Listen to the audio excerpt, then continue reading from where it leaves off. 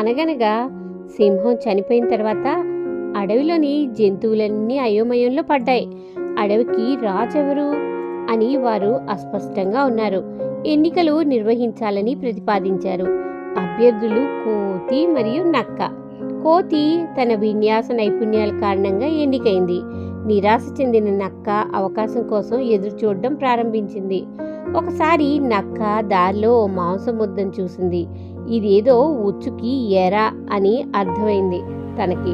అది కోతిరాజు వద్దకు వెళ్ళి, ఓ రాజా, నాకు కొంత మాంసం దొరికింది, నాతో రండి, నేను మీకు చూపిస్తాను, ఇద్దరం కలిసి తిందాం అంది. కోతి నక్కను అనుసరించింది. మాంసాన్ని పొందడానికి దానిపైకి దూకి ఉచ్చులో పడింది. నక్క పగలబడి నవ్వింది. కథలోని నీతి ఏంటంటే, గౌరవం యోగ్యతతో వస్తుంది కానీ విన్యాసాలతో రాదు.